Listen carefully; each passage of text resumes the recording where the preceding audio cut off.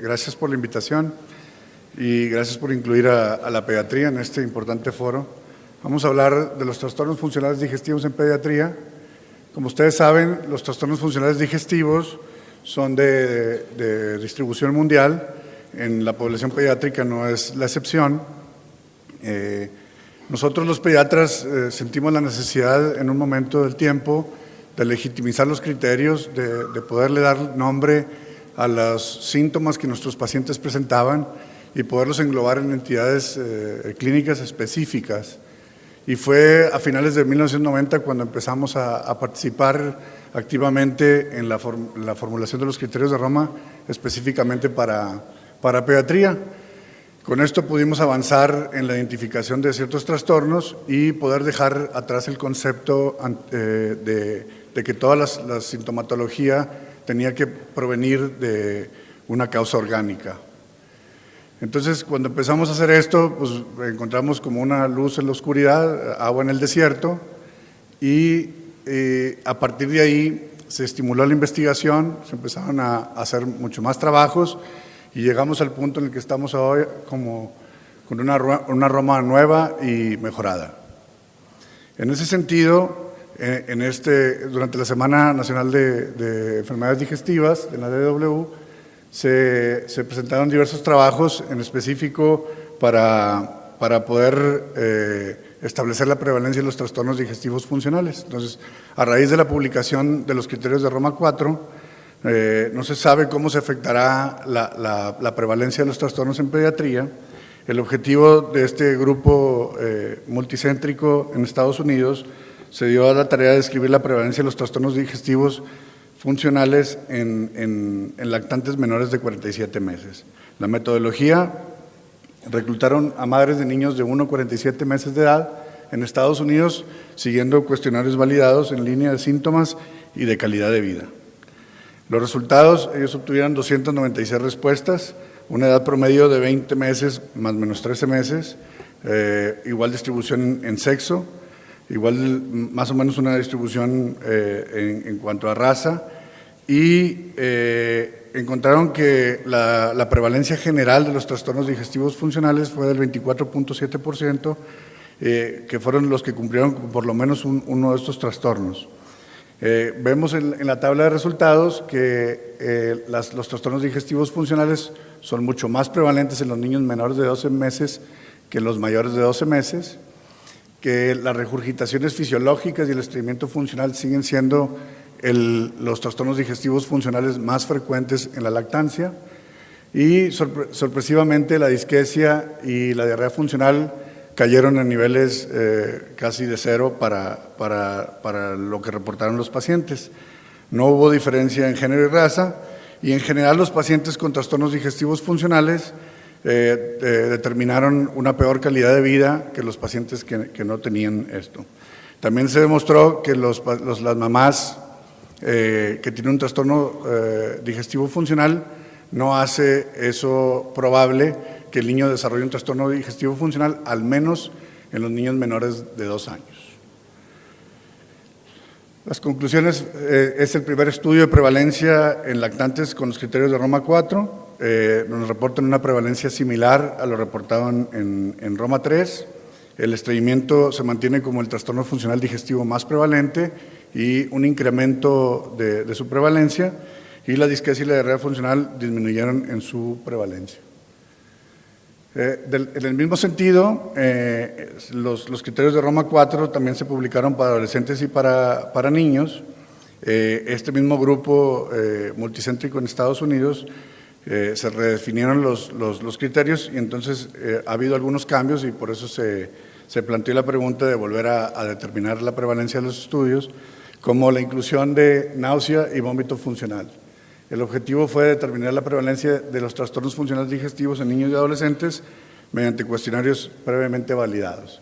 Lo que vimos es que la prevalencia en general se mantuvo igual en Roma 3 y Roma 4, que ya empezamos a ver la aparición de las dos nuevas entidades clínicas que se han descrito para este tiempo, que son la náusea y el vómito funcional, que el estreñimiento funcional sigue siendo el trastorno funcional digestivo más prevalente en la niñez en forma general y una caída dramática del diagnóstico de la migraña abdominal, esto probablemente por la mejor caracterización de los síndromes dolorosos abdominales en pediatría. Es el primer estudio de prevalencia en niños y adolescentes. 1 de cada 4 puede padecer un trastorno funcional digestivo. Es similar a lo reportado en Roma 3, con lo que ya les decía, el estreñimiento es el más prevalente como trastorno funcional digestivo.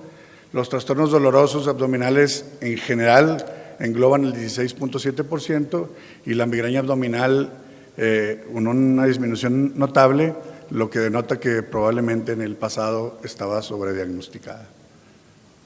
En otro sentido, en pediatría, no todos los pacientes que tienen síntomas de reflujo pueden presentar datos de esofagitis franca. La mayoría son esofagitis no erosiva. Los criterios de Roma 4 definen los fenotipos no erosivos en pediatría basados en los resultados de pH-metría e impedanciometría.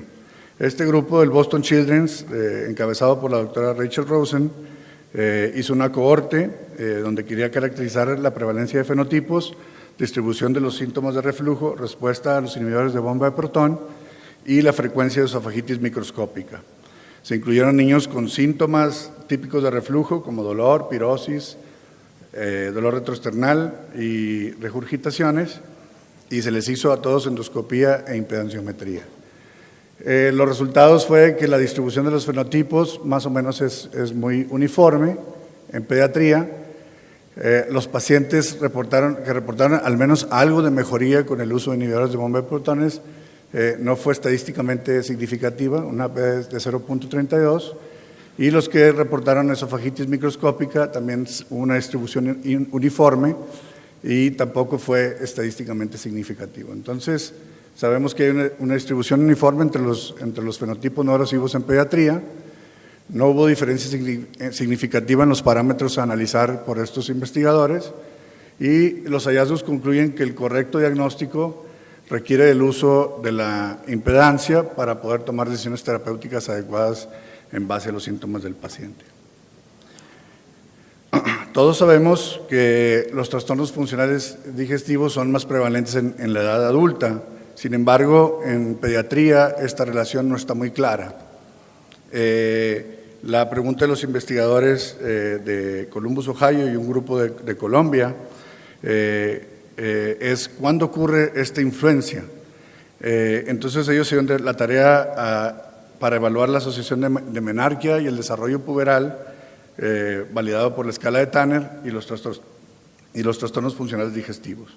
Entonces hizo un estudio de casos y controles con niños en edad escolar que cumplían los criterios de Roma 3 para trastornos funcionales digestivos y los controles con edad y sexo también con la escala de Tanner y la edad de la menarquia. Los resultados nos dieron que no hubo una variación en cuanto a la etapa de desarrollo de la menarquia. Vemos aquí en el estudio una participación similar en cuanto a los casos y controles. El porcentaje de niñas, la edad promedio de 13.4 años, la edad de la aparición de la menarquia muy similar y lo más importante es que las niñas que tenían posmenarquia, o sea que ya habían presentado su menarquia, fue exactamente la misma distribución entre las niñas que tenían trastornos funcionales digestivos y los controles, una P no significativa. Con esto concluimos que no existe tal asociación, que se sugiere que los cambios hormonales en la pubertad no son de importancia en el desarrollo de los trastornos funcionales digestivos en las niñas y adolescentes y que esto sigue consistente con la información que teníamos previamente, pero que no estaba documentada. Y los trastornos funcionales digestivos son menos prevalentes en los adolescentes que en los niños más pequeños, como lo vimos en el primer estudio. Y finalmente, un estudio del grupo de Holanda, del doctor Beninga, donde sabemos que el estrés psicológico puede ser un factor condicionante para desarrollar trastornos funcionales digestivos. Sin embargo, solo algunos de estos pacientes desarrollan estos síntomas. El objetivo de este grupo fue comparar la respuesta a estrés, los métodos de adaptación, el famoso coping, y la resiliencia de los pacientes que tienen trastornos funcionales digestivos y contra los controles. Lo que ellos esperaban era encontrar una respuesta diferente entre uno y otro grupo. Eran niños de edad escolar con trastornos funcionales digestivos de Roma 3. Lo que ellos encontraron es que no hubo diferencias significativas en cuanto al estrés académico y al estrés que ejercían los pares de estos pacientes, ni en su capacidad de resiliencia. En donde sí encontraron diferencias significativas fue en el estrés familiar.